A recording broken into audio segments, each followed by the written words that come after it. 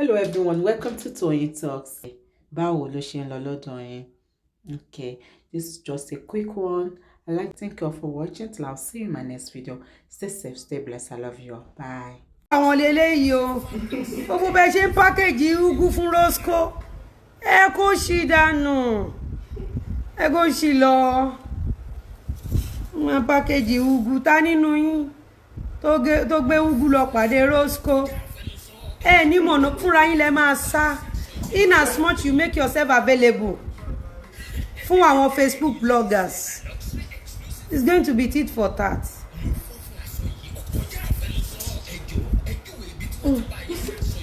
Ṣé bẹ́ẹ̀ náà ń gba monetization? Gbogbo yín lẹ ń gba monetization. Àtẹ̀yìn blackmailers àtàwọn Nollywood tó ń lò yín, gbogbo yín lẹ ń gba monetization náà. Ṣé bọ́n mọ̀ tí a wá sẹ́nu ẹni torí monetization wọn kàn dé lè promote àwọn Nollywood wọn. Gbogbo wa lájọ máa promote ara wa ń bí o. Ó ti yẹ àgé máa wọ èmi kọ́ ni mo gé òbú ẹlẹ́kìrì o. Èmi kọ́ lálápàtà UK tó fi lẹ́bẹ̀ ṣí àwọ̀ orí ẹ sílẹ̀ o. Èmi kọ́ ni mo bá ti ń jẹ́ o. Èmi kọ́ o, Lizzy kọ́ ló bá ti ń jẹ́ o. Ẹ kó ṣí o. Ọwọ́ mi kọ́ lè kiri òbú ẹ méjì tó sọnù wá o. Ọwọ́ mi kọ́ o. Ẹlẹ́dẹ̀ rí mi o. Ọwọ́ mi kọ́ lè kiri òbú ẹ méjì wá o. Èmi kọ́ ni mo ṣá ẹ lóbò náà. Èmi kọ́ ni mo ṣí bàsíà orí ẹ sílẹ̀ náà. Èmi kọ́. Ó ní kí n lọ. Àwọn kọ́ báyìí máa inú ẹjọ́ ẹ̀yin èèyàn. Ẹjọ́ tí bá ti ń play kíní ẹ máa sọ pé and so what. Ẹ kò máa bá mi type and so what. Ẹjọ́ ẹ máa gbọ́. Ó rẹ̀ pọ́n ti yọ o.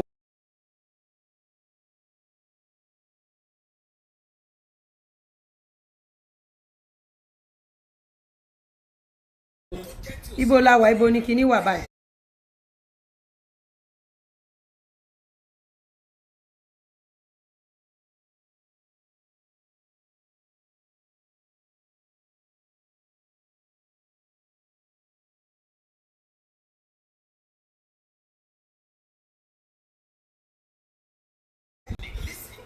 Oh God.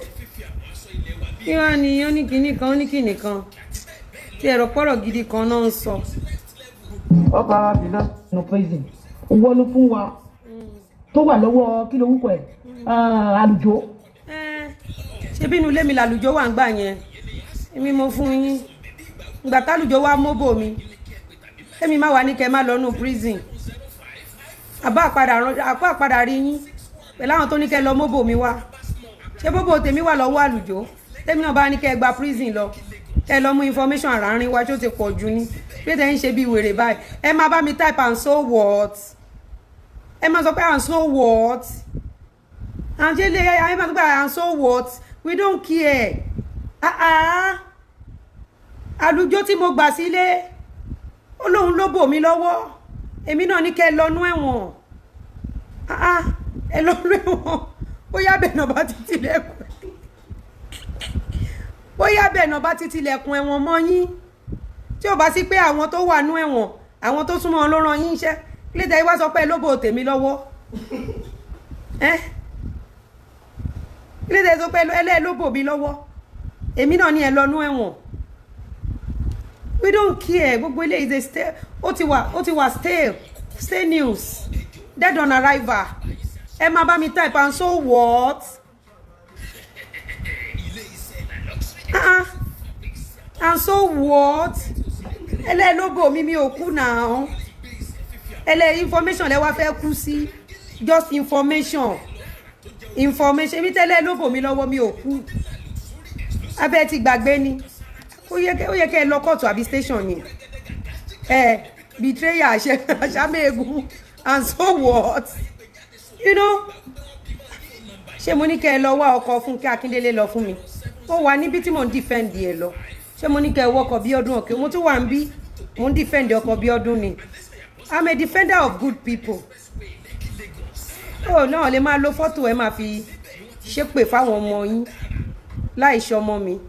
máa wá information yẹn tẹ̀ tí wá ti go deeper Lizzy tẹ́ mọ̀ lánàá kọ́ leléyìí o Lizzy sin yìí báwo la wá ṣe mọ̀ gbogbo ẹ̀ forever is the kinní kan àfi wì ó báwo la wá ṣe mọ̀ èmi mo bá ti yín jẹ́ ara ń kan yín ó ṣe ní weather for two mi kàn mo bá ti yín jẹ́ ẹ̀yin lẹ ń wá billionaire kiri ó gbọ́ mi èmi lè ra jókòó tì Ìbàdàn lèmi mú nínú ọbẹ̀ ẹ fílẹ̀ gíra máa fi pa ńlá mi kí máa fi kan yọ ẹ̀ kárọ̀ra máa gágé máa wọ méjì bẹ́ẹ̀dì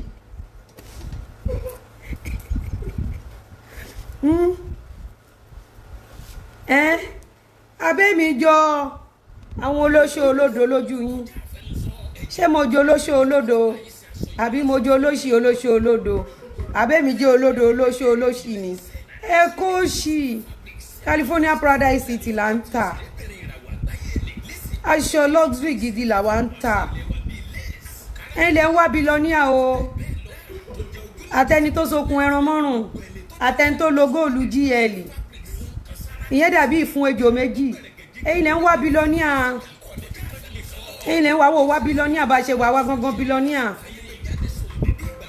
ẹ̀yin lẹ máa ń gba diamond ring every AK market ó gbọ́ mi ọkà àti gbẹ̀gì ti wà òkè àwa ò réyàn fún one diamond ring o ọkà àti gbẹ̀gì náà fún wa àti ọyọ́ adẹ̀jókòó síbẹ̀ gbogbo ẹ̀dẹ̀ ń wọlé lọ ó dẹ̀ irú sìn inú ojú ti rọ̀ ó ti yẹ adẹ̀rọ̀rá ń gàgé má wọ wa méjì bẹ́ẹ̀dì gbogbo ẹ̀dẹ̀ ń dùn kí ló ń pa yín lẹ́rìn báyìí lẹ́lẹ̀ ń ṣe báyìí ẹ má blọ́ọ̀kù mi ẹ má blọ́ọ̀kù lédè Ìbàdàn làwa rọra dúró àwa ò dúró ti international o àwa ò mi ò wá Yíbò mi ò wá Wúsá mi ò wá Kàlàbà mi ò dẹ̀rẹ́ èèyàn ra diamond ring fún mi gbẹ̀gìrì àtọ́yọ̀ náà fi gbé mi lọ́bẹ̀ ń wò mí àwọn Ìbàdàn gbẹ̀gìrì àtọ́yọ̀ ni àtọkà tó fẹ́lẹ́ kò tí ì sówó diamond lẹ́ni ó ń bọ̀ lọ́la àmọ́ àrídìíjókòó síbẹ̀ ìtẹ́lọ́rùn lọ́ba ìwà à ń ṣolójú kòkòrò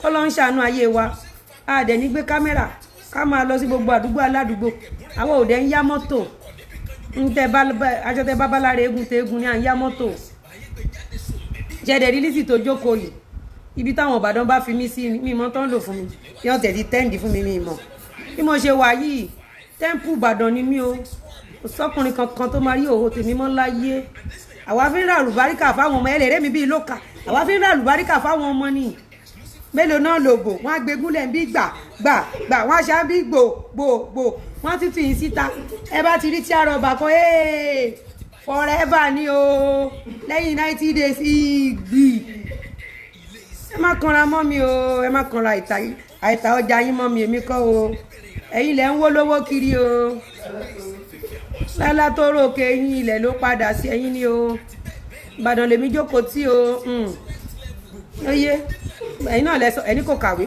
ẹni kò lówó ẹni kò ní nǹkan kan ẹni ó dá ipá àwọn náà funfun wọlé yẹn àwọn àtàwọn ọdúnlì wọn lóde yẹn wàlá àwọn ọdúnlì wọn lóde yẹn wọ́n ti lògùn fún mi máa pa ṣóhun sìn àwọn Ìbàdàn ti lògùn fún mi wọ́n ti jáwé jókè jẹ́ fún mi kò síbi táwọn lọ àwọn òde owó lówó kankan mọ́ àmàlà náà ń kìbọ̀ wánú lójoojúmọ́ láti gbá kámú àgémọ́pọlọ àgémáwọ èmi kọ́ ekiri ògbé òsì lọ́wọ́ mi o sún síwájú I dey laugh here too I dey roll for floor ẹ má block mi ṣáwọn ni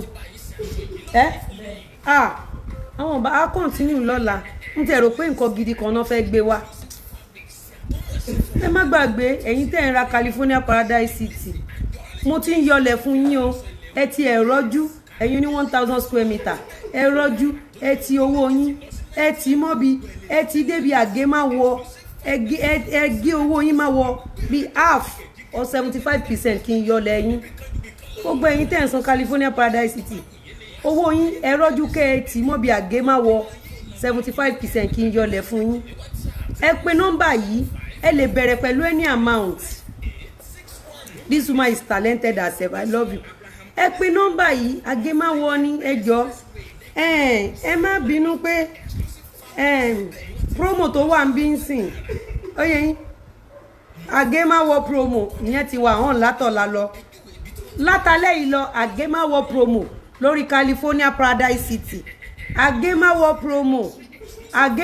promo lórí ilẹ̀ lórí aṣọ bá ṣe ń ṣe àgémáwọ̀ promo là ń ṣe forever is the deal fún gbogbo ẹ̀yin tẹ́ ti deposit forever is the deal promo is going on ẹ má gbàgbé warriors gbogbo yín tẹ́ wà nílé ọkàn lálẹ́ yìí ẹ gé àwọ̀ mẹ́tì bẹ́ẹ̀dì o ire o I love you all ẹ dúró sórí òtítọ́ ló máa gbé wa lékè love you guys àwọn Ìbàdàn ti ṣògùn fún mi mo ti ń lọ.